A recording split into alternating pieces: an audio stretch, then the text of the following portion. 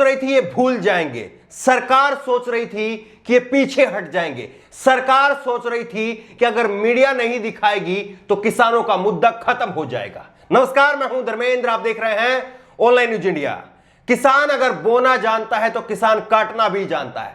पूरी कोशिश करके देख ली मोदी सरकार ने, लेकिन किसान कानून को लेकर के किसानों का जो विरोध था वो खत्म नहीं हुआ और किसानों का विरोध एक बार फिर से पूरे चरम पर है। और इस बार किसान जो है वो आर पार के मूड में है। किसानों ने दिल्ली चलो का नारा दे दिया है और किसान अपनी खाने पीने की वस्तुएं लेकर के, अपने खाने पीने का राशन लेकर के, बाकायदा बर्तन लेकर के और टेम्पो के अंदर जो है वो ओढ़ने के सामान लेकर के, क्योंकि सर्दी का समय है इसलिए ओढ़ने की रिजाई लेकर के हर सामान के साथ में किसान जो है वो दिल्ली की तरफ कूच कर रहे हैं। और किसान कह रहे हैं कि दिल्ली से तभी लौटेंगे जब सरकार इस कानून पर अपने कदम पीछे खींचेगी और सरकार लिख करके देगी ये कानून जो है वो नहीं माना जाएगा, या फिर एमएसपी जो है, जो किसानों का सबसे अहम मुद्दा है कि एमएसपी से नीचे जो है वो कोई आड़ती, कोई व्यापारी उससे नीचे खरीद नहीं करेगा। इस मुख्य मांग को लेकर के किसान दिल्ली का घेराव करने के लिए पहुंच चुके हैं। सरकार ने कोशिश की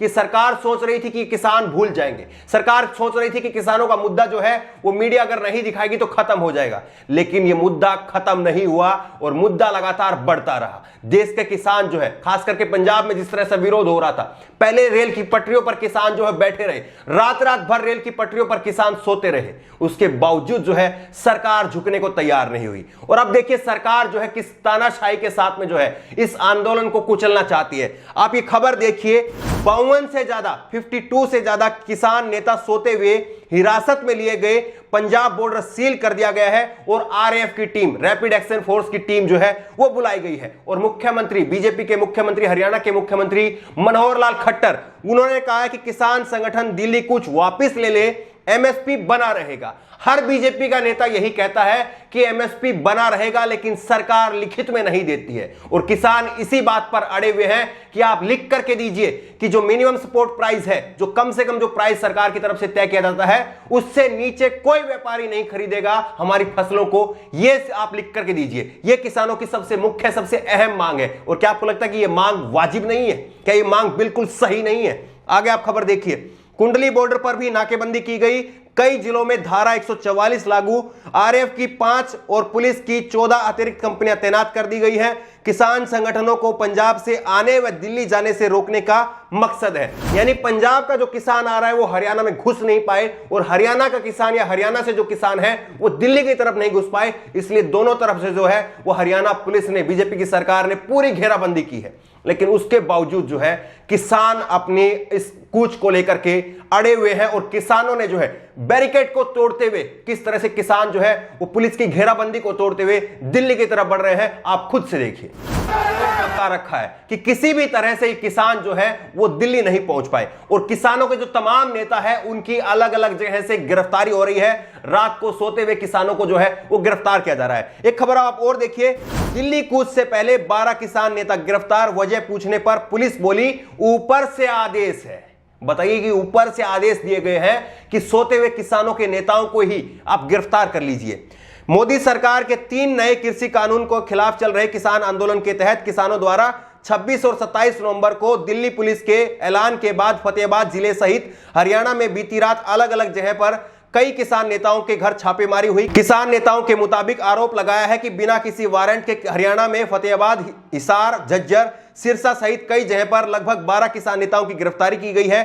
फतेहाबाद के रतिया इलाके में 2 सीनियर किसान नेता मनदीप और रामचंद्र सहनाल के घर पर भी छापेमारी हुई है। तमाम जो बड़े बड़े नेता जो हैं वो किसानों के गिरफ्तार कर लिए जा रहे हैं। लेकिन एक बात को फिर भी आप समझिए कि ये जो आंदोलन है, किसानों का जो ये आंदोलन है, इसका कोई एक चेहरा नहीं है जिसको आप गिरफ्तार कर लेंगे और उसके बाद में ये आंदोलन खत्म हो जाएगा। जो नाम मैंने आपको पढ़ करके अभी सुनाए हैं शायद आप उनको जानते भी नहीं हो, और मैं भी जो है इनमें से कई नाम ऐसे हैं जिनको नहीं जानता हूं। यही इस आंदोलन की जो है सबसे बड़ी खासियत है कि किसान जो है वो इसका नेतृत्व कर रहे हैं। अलग अलग गांवों से, अलग अलग शहरों से, जो अलग अलग कस्बों से, छोटे छोटे गांवों से जो है वो किसानों के जो है कूच जो है वो दिल्ली की तरफ बढ़ रहे हैं। और यही जो है इस किसान आंदोलन की जो है वो सबसे बड़ी खासियत है।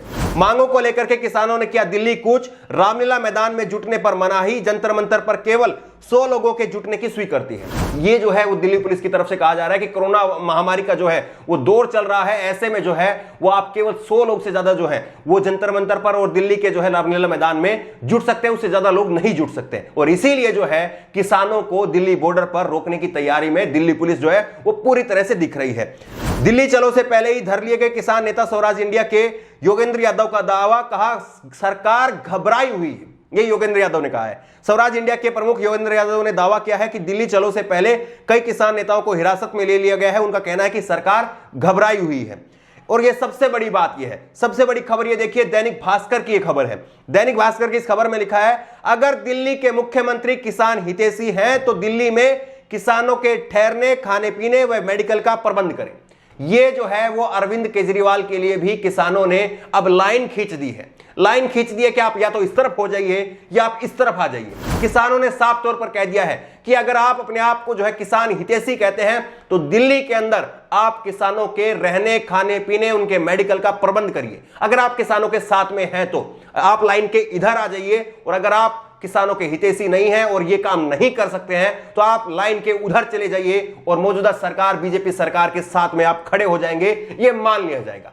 किसानों का प्रदर्शन जो है वो पूरी तरह से शांत तरीके से वो किसान जो है वो दिल्ली की तरफ बढ़ना चाह रहे हैं, लेकिन अगर पुलिस उनको रोक रही है तो किसान रोके नहीं रुक रहे हैं, ये भी पूरी तरह से साफ है। और आपने देखा कि किस तरह से ट्रैक्टर को चला करके किसानों ने बैरिकेड को तोड़ते हुए दिल्ली चलने का साफ तौर पर ऐलान कर दिया है। सवाल यही है कि सरकार भी अड़ी हुई है और दूसरी तरफ किसान जो है वो भी पीछे जो है खाली हाथ जाने की कसम खा करके आया है कि वो खाली हाथ नहीं जाएगा, ये कसम वो खा करके आया है। अब सवाल यही है कि होता क्या है, क्या किसान जो है वो पीछे हटते हैं या सरकार पीछे हटती है? लेकिन सवाल तो सरकार से पूछा जाना चाहिए।